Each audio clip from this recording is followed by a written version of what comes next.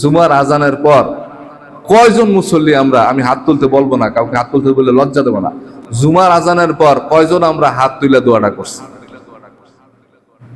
কয়জন? বলবো না কোনো কিছু, কিন্তু নিজেকে নিজে আমরা প্রশ্ন করি, কি ঠিক না? কয়জন আমরা হাত তুলে দোয়া করছি? এখন বলতে পারেন হুজুর আজানের উত্তর দেওয়া তো ওয়াজিব, ওইটাই করি না, আর আপনি দোয়ার কথা বলেন, কি প্রসঙ্গ আসে কি আসে না? হ্যাঁ, আসে কি আসে না? শাফাতের বিষয় গুরুত্বপূর্ণ হাদিস সহিহ বুখারী শরীফ। এখানে অনেকে কওমি আলেম থাকতে পারেন, এখানে আহলে হাদিস থাকতে পারেন, এখানে জামাত শিবির থাকতে পারেন, এখানে সরসিনা সুন্নিপন্থী থাকতে পারেন, কি পারেন কিনা?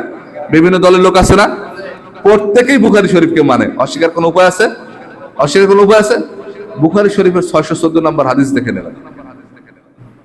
وعن جابر رضي الله تعالى عنه قال أن رسول الله صلى الله عليه وسلم قال من قال حين يسمع النداء اللهم رب هذه الدعوة التامة والصلاة القائمة آت سيدنا محمد الوسيلة والفضيلة والدرجة الرفيعة وبعث مقاما محمودا الذي وعدته ولنا سبحان الله হাল্লাত লাহু শাফাআতি ইয়াউমাল কিয়ামা, বলেন না সুবহানাল্লাহ। হযরত জাবের রাদিয়াল্লাহু তাআলা আনহু বর্ণনা করতেছেন যে নিশ্চয়ই আল্লাহ রাসূল সাল্লাল্লাহু আলাইহি সাল্লাম বলেছেন, আল্লাহ রাসূল সাল্লাল্লাহু আলাইহি সাল্লাম বলেছেন, যেই ব্যক্তি আযান শুনল, আযান শোনার পর সে আল্লাহর কাছে প্রার্থনা করল, হে আল্লাহ এই পরিপূর্ণ আহ্বান এবং এই শাশ্বত নামাজের তুমিই প্রভু, হযরত মুহাম্মদ মুস্তাফা সাল্লাল্লাহু আলাইহি সাল্লামকে দান করো সুমহান মর্যাদা এবং বেহেশতের শ্রেষ্ঠতম প্রশংসিত স্থানে তাকে অধিষ্ঠিত করো, এই শ্রেষ্ঠতম প্রশংসিত স্থানে অধিষ্ঠিত করো যার প্রতিশ্রুতি তুমি তাকে দিয়েছো। এই প্রতিষ্ঠিত যে করো, এটার বলা হইতেছে শ্রেষ্ঠতম প্রশংসিত স্থানকে বলা হয় মাকামে মাহমুদ। কি বলা হয়? মাকামে মাহমুদ। আল্লাহ রাসূল সাল্লাল্লাহু আলাইহি ওয়াসাল্লাম বলেন হাল্লাত লাহু শাফাআতি ইয়াউমাল কিয়ামা, তার জন্য শাফাত করা কিয়ামতের ময়দানে আমার জন্য ওয়াজিব হয়ে যাবে, ওয়াজিব হয়ে যাবে, ওয়াজিব হয়ে যাবে, বলেন না সুবহানাল্লাহ। কোন আমার কথা, কোন আলেমের কথা, কোন পীর সাহেবের কথা, হ্যাঁ, কোন বানোয়াট কথা, সরাসরি আল্লাহ রাসূল সাল্লাল্লাহু আলাইহি ওয়াসাল্লামের মুখের জবানের কথা, বলেন না সুবহানাল্লাহ। উপকারী কিছু কথা বলতেছি, যারা ধরে রাখতে পারবেন তাদের জীবন সফলকাম হবে হবে হবে। আপনার সন্তান 10টা বিদেশে থাকে, এটা সফল কাম নয়। আপনার 10তলা বাড়ি আছে, এটা সফল কাম নয়। আপনি কোটিপতি, বহু মানুষ আপনাকে সম্মান করে, ইজ্জত করে, যেখানে যান আপনার জন্য চেয়ার ছেড়ে দেয়, এটা সফল কাম নয়।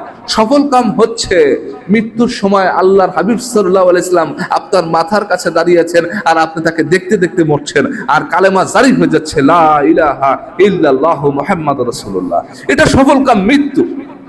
মৃত্যু হবে তো হবে, এমন মৃত্যু হবে যে মৃত্যুর মাধ্যমে জীবন যেন কি হয়, নতুন করে শুরু হয়। এই মৃত্যু দিয়ে আল্লাহ তাআলা আপনার নতুন জীবনের প্রান্তর শুরু করছে, প্রারম্ভিক শুরু করছে, সূচনা শুরু করছে, উপস্থাপনা শুরু করছে। অনেক কবিরা, অনেক উর্দু পাকিস্তানের, তারা বিভিন্ন সময় ক্রন্দন করেছেন, কান্না করেছেন, যা মদিনায় যে এত মানুষ, রাতেও মানুষ, দিনের বেলাও মানুষ, এমন একটা মুহূর্ত পেতাম, এমন একটা সময় পেতাম যে আল্লাহর হাবিব সাল্লাল্লাহু আলাইহি সাল্লামকে আমি শুধু একাই সালাম দিতাম আর পৃথিবীর কোনো মানুষও যেন ওই জায়গায় না থাকতো।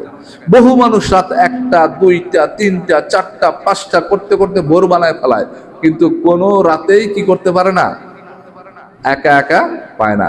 কারণ তার মতো লক্ষ লক্ষ মানুষ প্রেমে পাগল হয়ে, আসক্ত হয়ে, আল্লাহ রাসূলের হাবিবের ভালোবাসায় আসক্ত হয়ে ওই যে অপেক্ষা করতেছে, তারা লাইনে দাঁড়ায় আছে, একজনকে ঢুকাচ্ছে তো আরেকজনকে বাইর করতেছে, আবার ঢুকাইতেছে, আবার না দিন না রাত সর্ব সময় কেউ না কেউ আল্লাহ রাসূল সাল্লাল্লাহু আলাইহি ওয়াসাল্লামের রওজায় গিয়ে সালাম দিচ্ছে, বলেন না সুবহানাল্লাহ। ऐसी भी गुजर जाए, ऐसी भी गुजर जाए एक रात मदीने में, आकार हम दोनों एक साथ मदीने में, ऐ मौत जरा रुक जा,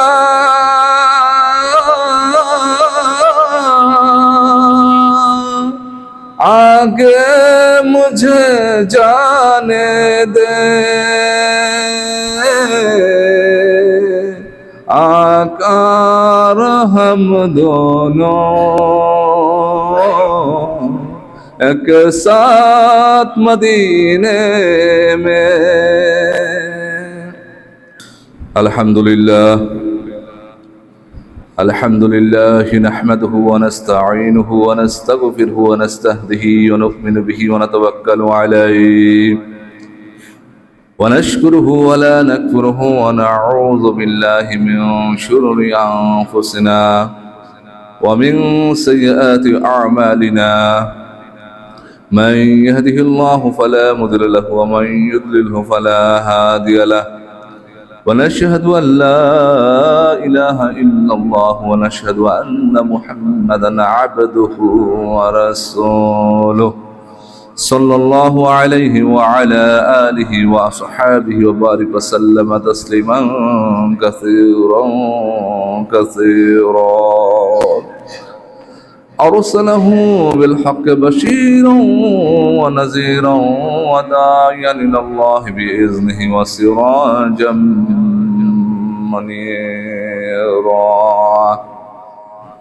أما بعد، يا أيها الأخوان اعلموا أن الدين عند الله الإسلام، ومن يبتغي غير الإسلام دينا فلن يقبل منه وهو في الآخرة من الخاسرين. وادخلوا في السلم كافة ولا تتبعوا خطوات الشيطان إنه لكم عدو مبين.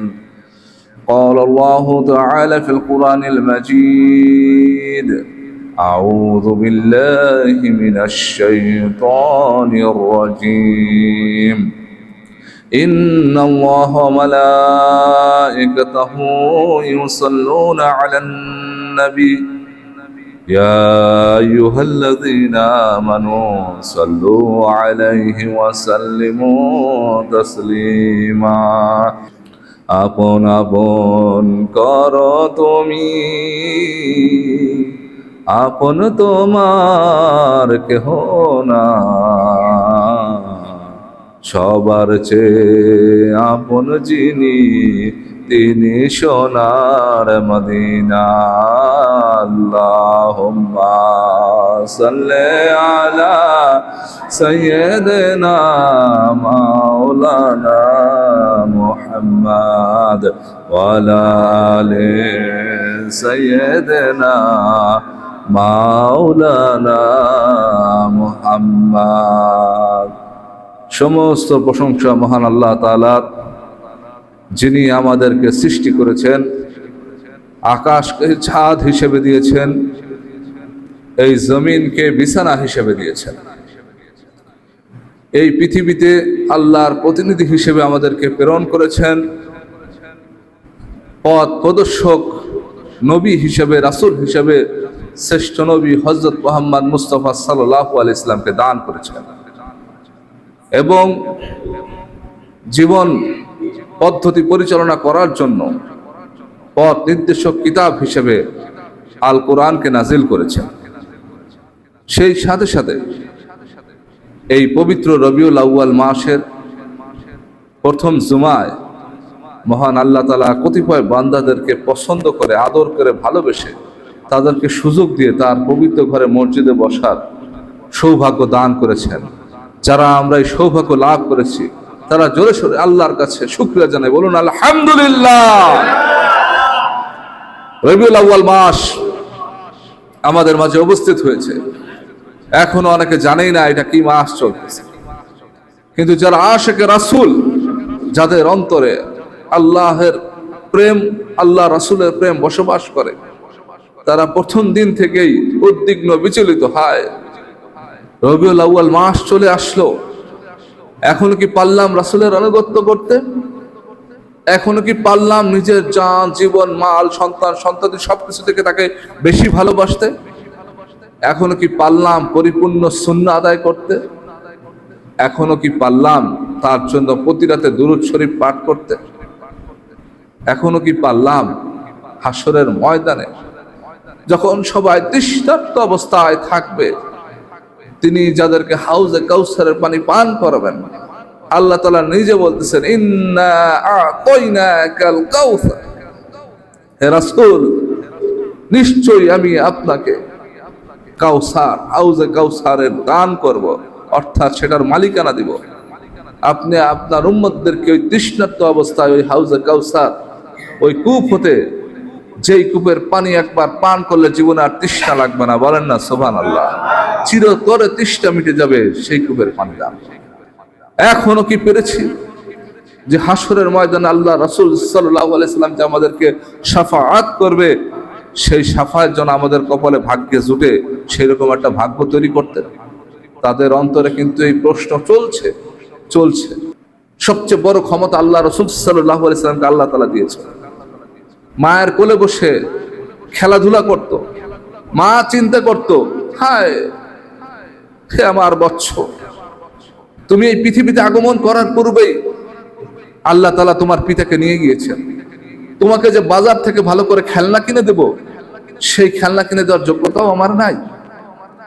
আল্লাহ তাআলা ওই আসমানের চাঁদকে তার খেলনা বানিয়ে দিলেন, বলেন না সুবহানাল্লাহ। ওই কোলে বসে চাঁদকে এমন করে ডাকতেছিলেন, আস্তে আস্তে করে চাঁদ পৃথিবীর দিকে এমন ভাবে আসতেছিল, আল্লাহ যদি থামিয়ে না দিতেন এই পৃথিবীর মধ্যে চাঁদ এসে পৃথিবী ধ্বংস হয়ে যেত, প্রলয় হয়ে যেত, বলেন না সুবহানাল্লাহ। আল্লাহ রাসূল সাল্লাল্লাহু আলাইহি সাল্লাম যদি বলতেন, যদি চাইতেন যে ওই প্রান্তরকে শেষ করে দাও, ধ্বংস করে দাও, সাথে সাথে কি হয়ে যেত? ধ্বংস হয়ে যেত। তিনি কি এটা করছেন? কারোর জন্য বদদুয়া পর্যন্ত করেন নাই। তার জীবন, তার আদর্শ সব সময় মুমিনদেরকে হেফাজত করার জন্য। রবিউল আউয়াল মাস কেন এত সম্মানিত? কে কে বলতে পারবেন? হাত তোলেন। রবিউল আউয়াল মাস কেন সম্মানিত? এই কয়টা লোক মাত্র। আর বাকি যারা জানেন না তাদেরকে বলে দেই যে আল্লাহ রাসূল সাল্লাল্লাহু আলাইহি সাল্লাম এই মাসে জন্মগ্রহণ করছে, বলেন না সুবহানাল্লাহ। এটা জানা আমাদের জন্য ফরজ ছিল। এই জন্য দেশে মিলাদ কিয়াম একটু দরকার। যদি মিলাদ কিয়াম করে অন্তত বেসিক নলেজটা জানে যে রবিউল আউয়াল মাসে কি আল্লাহ রাসূল সাল্লাল্লাহু আলাইহি সাল্লাম কি করেছেন? জন্মগ্রহণ করেছেন, এই পৃথিবীতে এসেছেন। রাসূল করিম সাল্লাল্লাহু আলাইহি সাল্লামের পিতার নাম কি ছিল? আরো জোরে বলি, কি নাম ছিল? দাদার নাম কি ছিল? আর মায়ের নাম? অন্তত এটুকু আমাদের বেসিক কি করতে হবে? জানতে হবে। তো রবিউল আউয়াল মাস বিখ্যাত, প্রখ্যাত, প্রসিদ্ধ বহু উলামা একরাম এই রবিউল আউয়াল মাস নিয়ে কবিতা লিখেছে, কিতাব লিখেছে, পুস্তক লিখেছে, চোখের পানি ঝরতে শেষ করে দিয়েছে। অনেকে আল্লাহ রাসূল সাল্লাল্লাহু আলাইহি ওয়াসাল্লামের প্রেমে এতটাই কান্না করেছে যে চক্ষু কানা পর্যন্ত হয়ে গিয়েছে। অনেকে অন্ধ ছিল, জন্মান্ধ ছিল, জন্মের পর থেকে চোখে কিচ্ছু দেখে নেই। আল্লাহ রাসূলের ভালোবাসায় কাঁদতে দুরূদ পড়তে মক্কা মদিনায় গেছে, ওইখানে যে আল্লাহ তাআলা তার চক্ষুকে দান করে দিয়েছে, বলেন না সুবহানাল্লাহ। আল্লাহ তাআলা যুগে যুগে এগুলো দেখিয়েছে, যুগে যুগে দেখিয়েছে। কেউ ভালোবাসায় অন্ধ হয়ে যায়, কেউ ভালোবাসা অন্ধ থেকে আবার চক্ষু ফিরে পায়।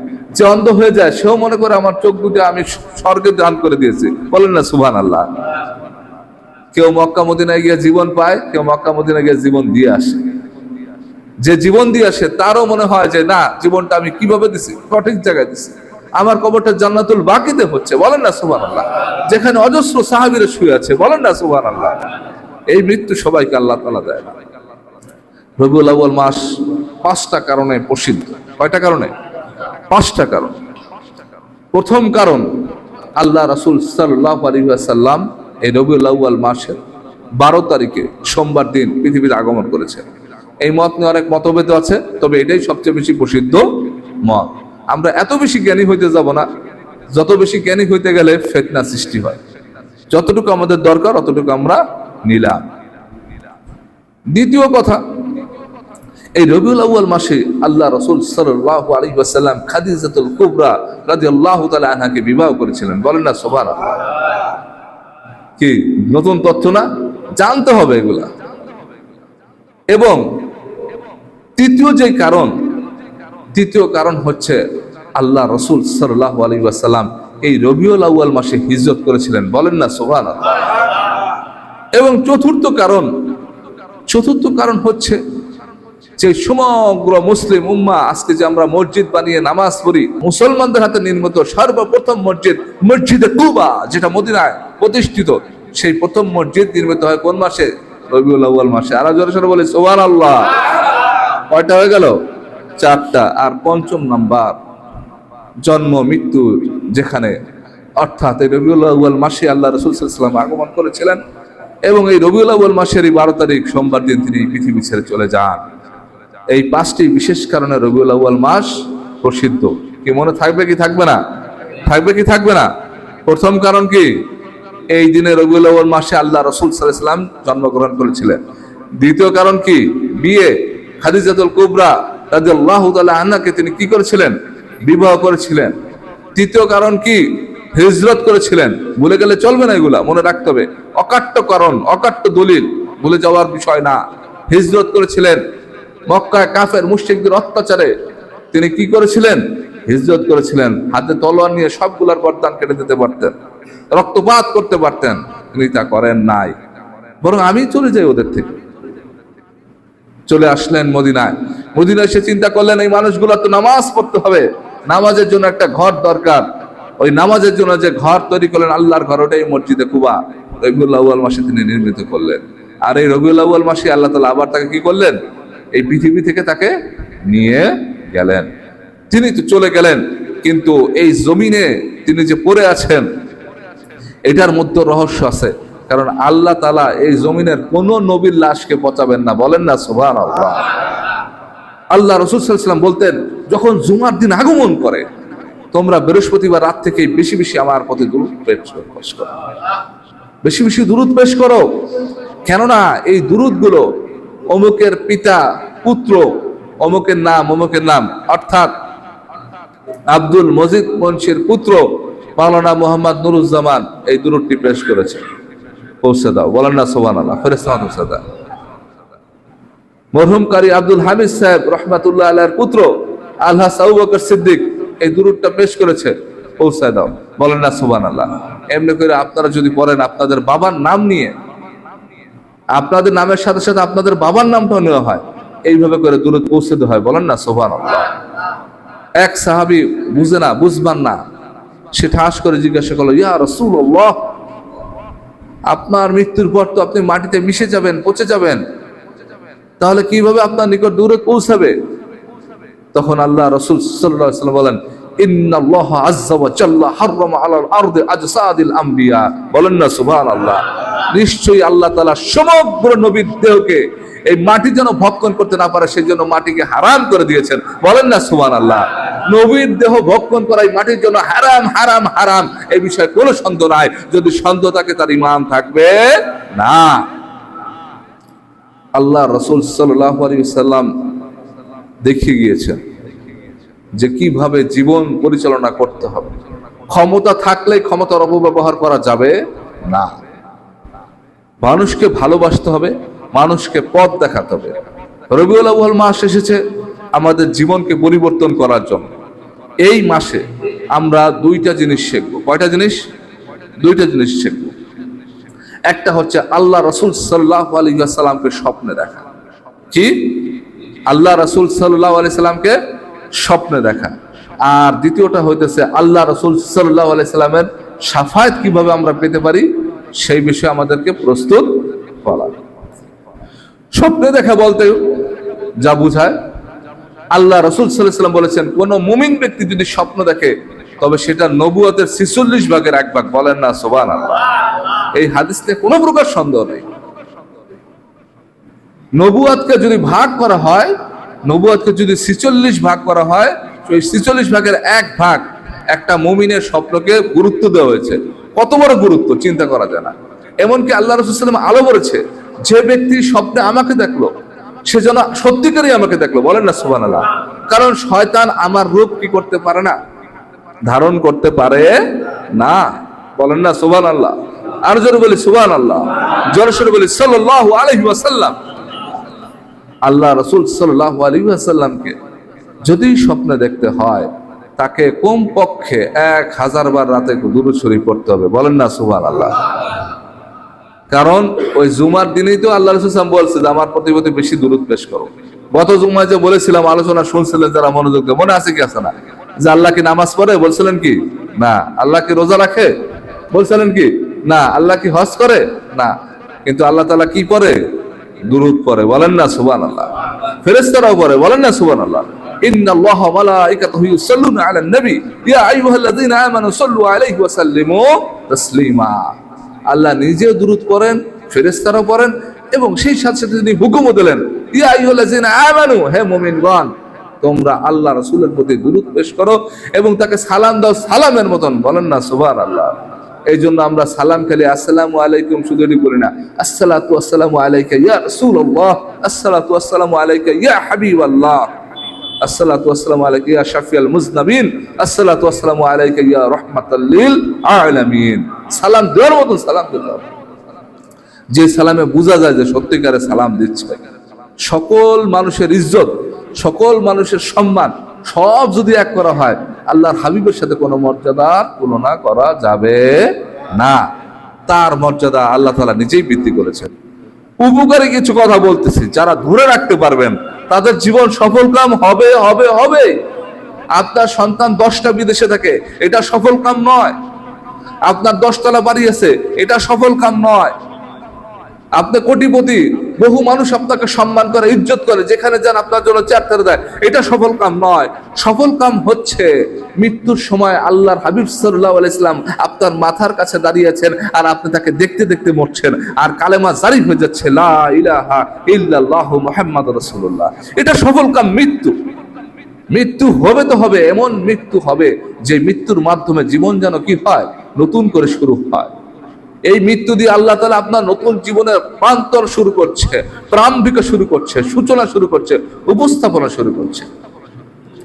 অনেক কবিরা, অনেক উর্দু পাকিস্তানের, তারা বিভিন্ন সময় ক্রন্দন করেছেন, কান্না করেছেন, যা মদিনায় যে এত মানুষ, রাতেও মানুষ, দিনের বেলাও মানুষ, এমন একটা মুহূর্ত পেতাম, এমন একটা সময় পেতাম যে আল্লাহর হাবিব সাল্লাল্লাহু আলাইহি সাল্লামকে আমি শুধু একাই সালাম দিতাম, আর পৃথিবীর কোনো মানুষও যেন ওই জায়গায় না থাকতো।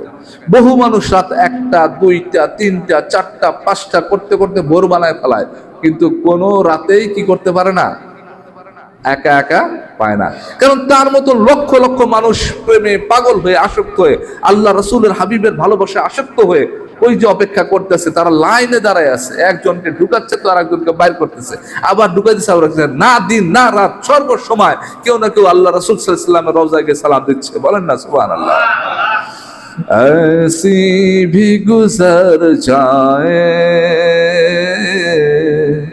ऐसी भी गुजर जाए, एक रात मदीने में आकार हम दोनों एक साथ मदीने में, ऐ मौत जरा रुक जा,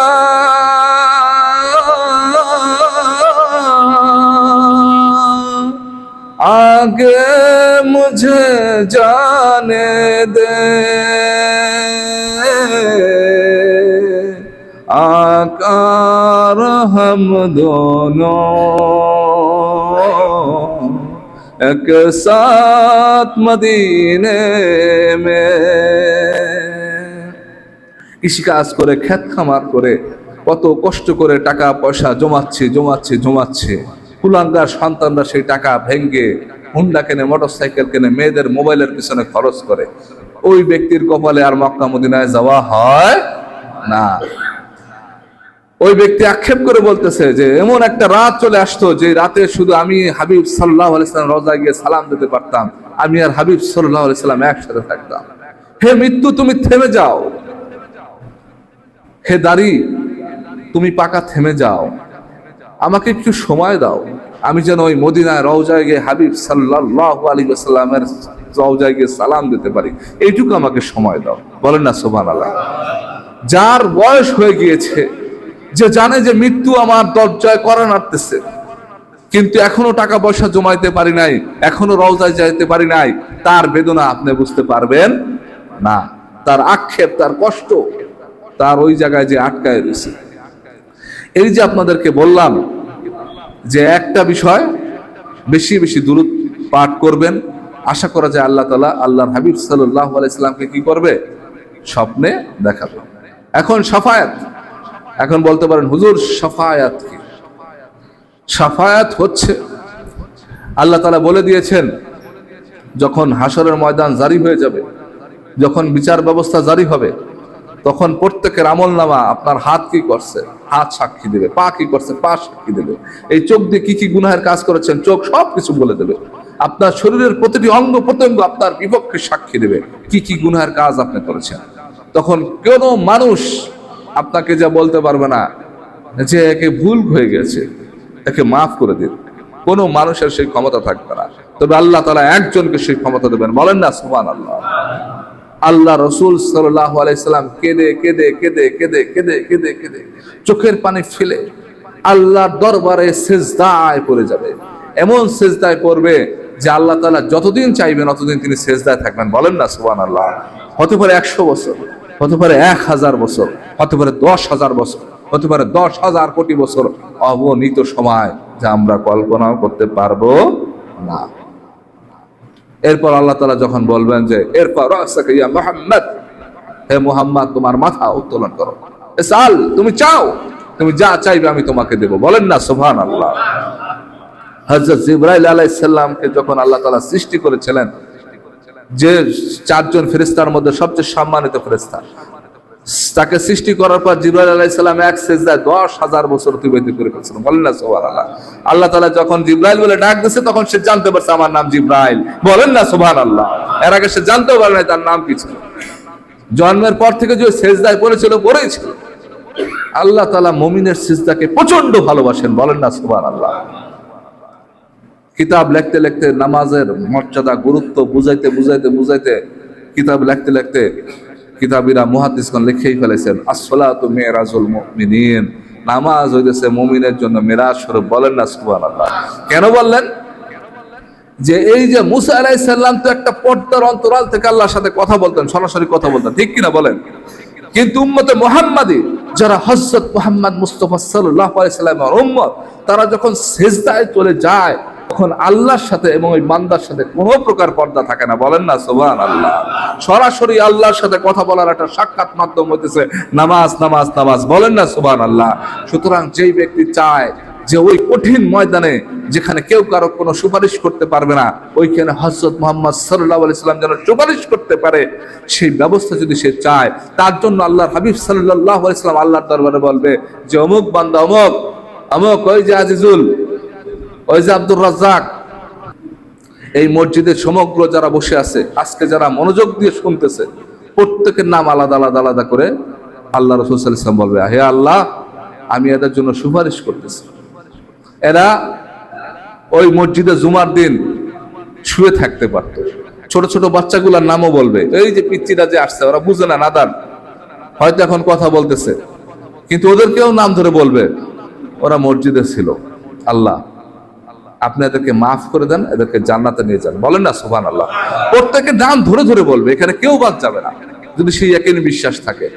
যদি এই শাফায়াত অর্জন করতে হয় তাহলে তার পদ্ধতি কি বলবো, আজকে ফাঁস করে দিতেছে। বহুত উলামা কেরাম ওয়াজ করে, কিন্তু গুরুত্বপূর্ণ বিষয়গুলো বাদ দিয়ে চলে যায়। সহিহ মুসলিম শরীফে আছে, এক সাহাবী সে জিজ্ঞাসা করলো, ইয়া রাসূলুল্লাহ, হাসরের ময়দানে যেন আপনার শাফাত পেতে পারি, এই জন্য আমি কি করতে পারি? আল্লাহ রাসূল সাল্লাল্লাহু আলাইহি ওয়াসাল্লাম তখন তাকে উত্তর দিল, তুমি বেশি বেশি নামাজ পড়ো। বলেন না সুবহানাল্লাহ। ওই যে আসসালাতু মিরাজুল মুমিনিন যে বললাম, এমনি এমনি বললাম, কানেকশন আছে কি আছে কিনা বলেন? হ্যাঁ, একটার সাথে আরেকটার সাথে যোগসূত্র আছে। অর্থাৎ আপনি যদি আল্লাহ রাসূল সাল্লাল্লাহু আলাইহি ওয়াসাল্লাম শাফাত পেতে চান, বেশি বেশি নামাজ পড়তে হবে। এই জন্য আমাদের যারা পূর্বপুরুষ এবং আপনাদের বাপদাদা যারা, তারা দেখবেন ইশরাকের নামাজ পড়তো, নফল নামাজ পড়তো, তাহাজ্জুদ নামাজ পড়তো, বেশি বেশি নামাজ পড়তো। আজকে যত বেশি শিক্ষিত, নামাজ তত কম।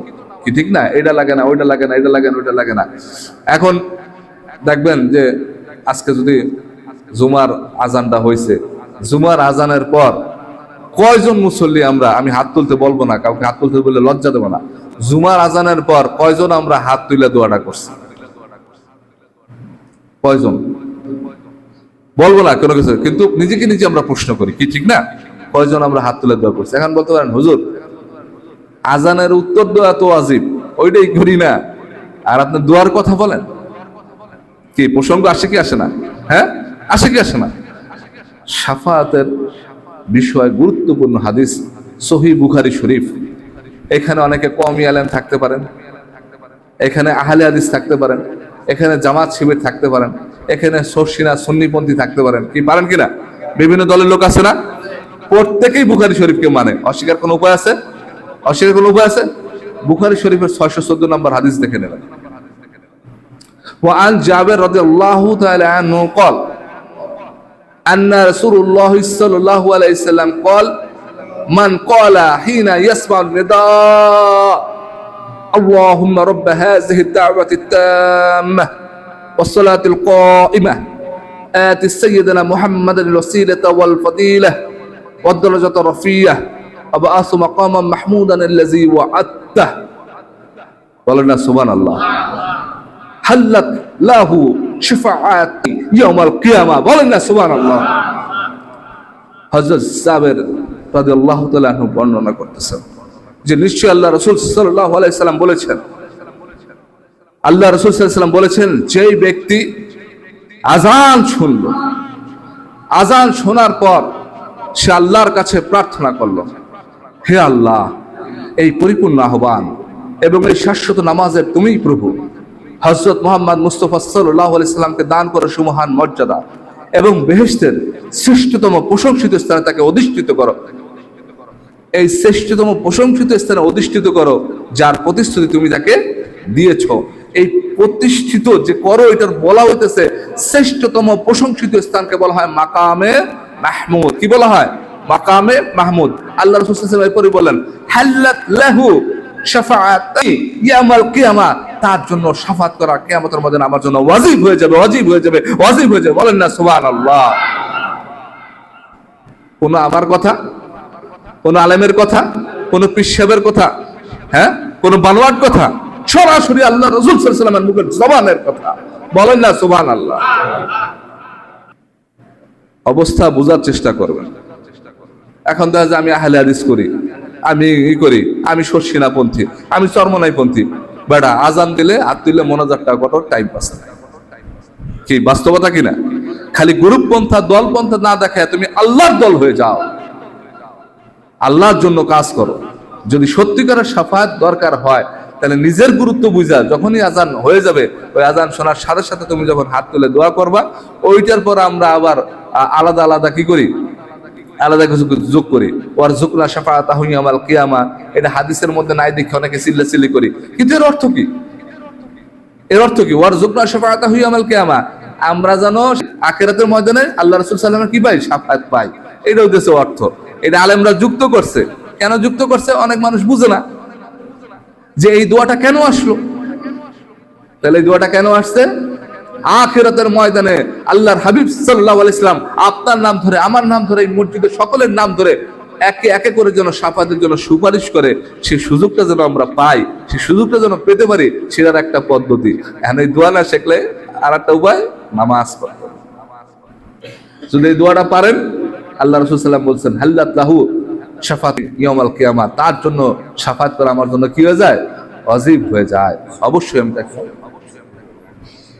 ঠিক আছে। তা আজকে দুইটা জিনিস আমরা শিখলাম একদম কোরআন হাদিস ভিত্তিতে। এক হচ্ছে কিভাবে আল্লাহ রাসূল সাল্লাল্লাহু আলাইহি ওয়াসাল্লামকে স্বপ্ন দেখা যাবে, আর দ্বিতীয় হচ্ছে কি আখিরাতের ময়দানে কিভাবে করে আল্লাহর হাবিব সাল্লাল্লাহু আলাইহি ওয়াসাল্লামের শাফাত পাওয়া যাবে। আমরা যতটুকু শিখি, আল্লাহ তাআলা যে আমলটা পছন্দ করে, আমি আপনাদেরকে আর একটা জিনিস ক্লিয়ার করে দিতেছি। প্রশ্ন ফাঁস করে দেওয়ার পরে কিন্তু অনেকে প্রশ্ন পাস করতে পারে না, পারে, কারণ লেখাপড়া জানতে হবে। কি করতে হবে? লেখাপড়া জানতে হবে। যে ব্যক্তি নিজের নামটাই ভালো করে লিখতে পারে না, তারা যদি প্রশ্ন পাস করে দেন, পারবে? পারবে না। এজন্য হচ্ছে আল্লাহ তাআলা অধিক আমল পছন্দ করে না। আল্লাহ তাআলা কি করে না? অধিক আমল পছন্দ করে না। আপনি এক রাত ধরে হার রাত ধরে ইবাদত করলেন না। আল্লাহ তাআলা পছন্দ করেন নিয়মিত ইবাদত। কি ইবাদত? নিয়মিত ইবাদত। আপনি দিনে একবার আস্তাগফিরুল্লাহ একবার বলেন, কিন্তু কোনোদিন আপনি বাদ দিতে পারবেন না। কথা বোঝা গেল? একেবারে একদিনে একবার বলবেন, 7 দিনে 7 বার, 365 দিনে 365 বার। আপনি একদিনে 1000 বার বললেন আর অন্যান্য দিন খবর নাই, এটা আল্লাহর কাছে পছন্দনীয় না। অল্প আমল হোক, কিন্তু সেটা যদি নিয়মিত হয়, কন্টিনিউয়াসলি থাকে, একের পর এক থাকে, অল্প আমল হইলেও এটা আপনার নাজাতের জন্য যথেষ্ট হবে ইনশাআল্লাহ। আপনাদের পিসা হুজুর কিছু কথা বলবেন, আমি এখন আজকের মতো শেষ করছি। আসসালামু আলাইকুম ওয়া রাহমাতুল্লাহ। আমি পিসা হুজুরকে অনুরোধ করছি দু একটি কথা বলার জন্য।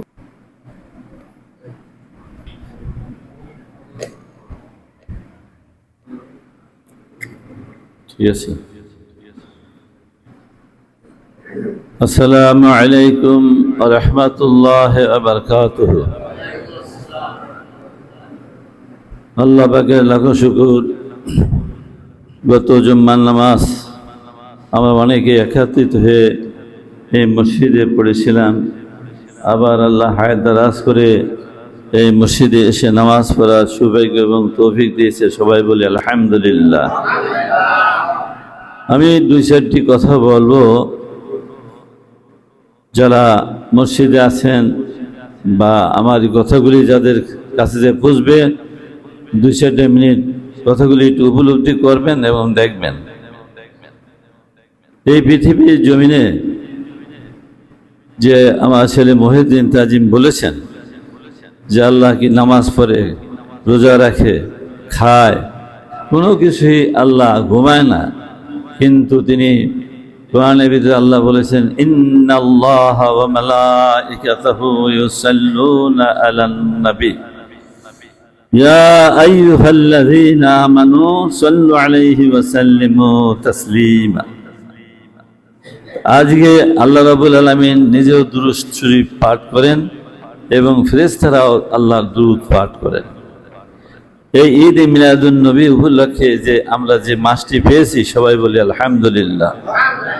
এই মাসের শান মান মর্যাদা দিন দিন বেড়েই চলছে। একদল কুমারের জন্য চেষ্টা করছেন কিন্তু পারতেছেন না।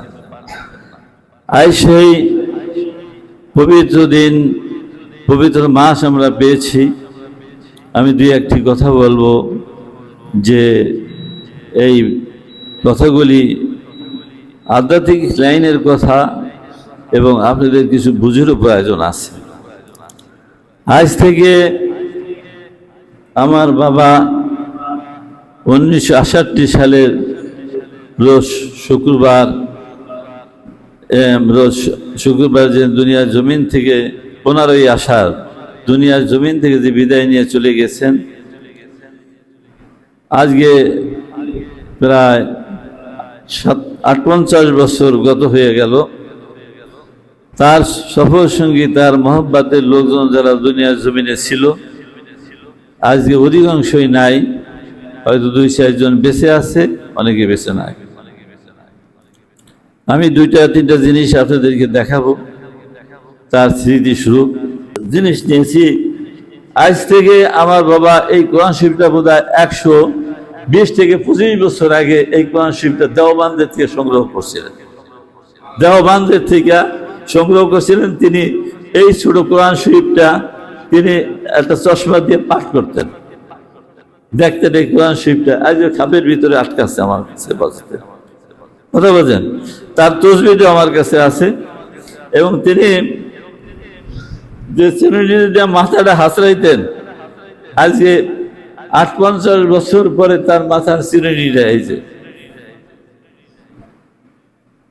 দেখছেন, হাড়ের চিরুনি ক্ষয় হইতে হইতে কতটুকু এসে পড়ছে। আর তার যে তসবিহটা পাঠ করতেন, আজকে সেই তসবিহটা মনে হয় এখনো নতুন। সেটা আমার বোনের কাছে আছে, আমি বলছি ওইটা নিয়ে আসো, আমার এখানে থাকুক, সময় মতন আবার যার কাছে যাওয়া তার কাছে চলে যাবে। আবার আব্বা একটু কবিরাজি ওষুধ খাইতেন। তাই এই যে আগের দিনের এই সেশনিতে ওষুধ, কবিরাজি ওষুধ তো খাইলে এই ঘুড়িটা আমার কাছে আসছেন, কথা বলছেন। যে এই যে জীবন দেওবন্দে যে লেখাপড়া করছে 120 বছর 25 বছর আগে, আজকে এই দেশ পরিচালনায় আল্লাহর ওলি হয়ে তিনি কবরে চলে গেছে। আজকে তিনি চোখের পানি দিয়ে আমাকে রেখে গিয়েছেন।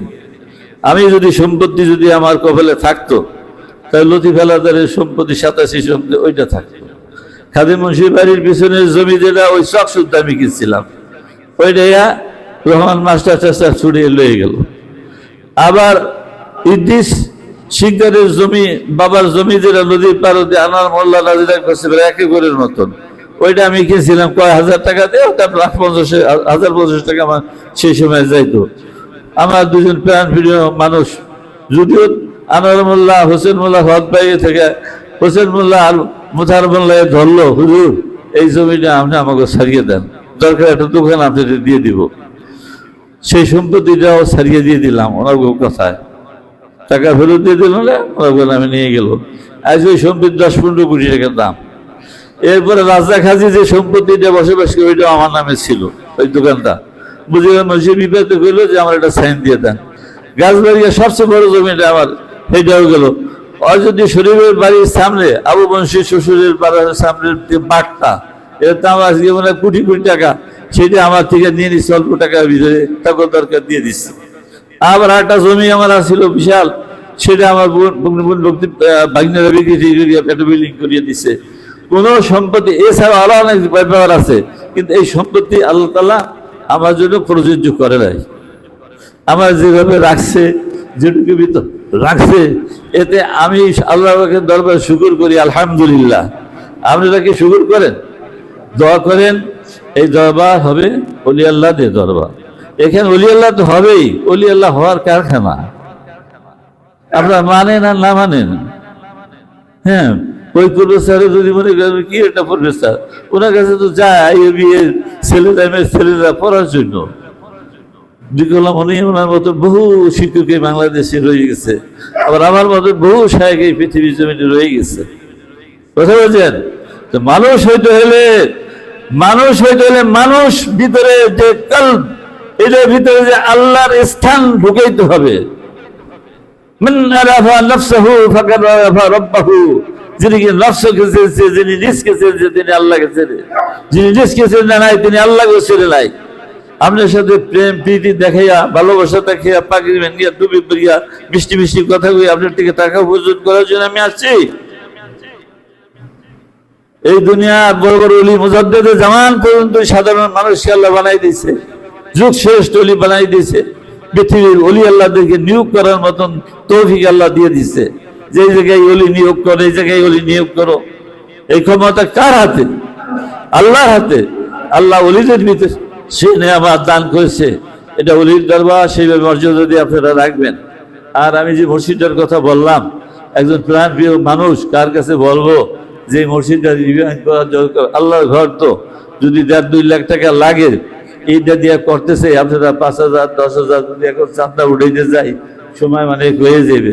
আমার একজনে বলছে হুজুর আমি 5,000 মানে, আর একজন আমার কাছে 2,000 দিয়ে গেছে। এরকম ভাবে সুন্দর কিছু হোক, আপনারা চান না? এই মসজিদটা 15 দিনের ভিতরে একটু সুন্দর হয়ে যাও, এটা চান? তাহলে আপনারা একটু নিয়ত করেন তো, যে নিয়ত করেন যে আমি এই জিনিসটা দিব, এই জিনিসটা মসজিদটা সুন্দর করার জন্য।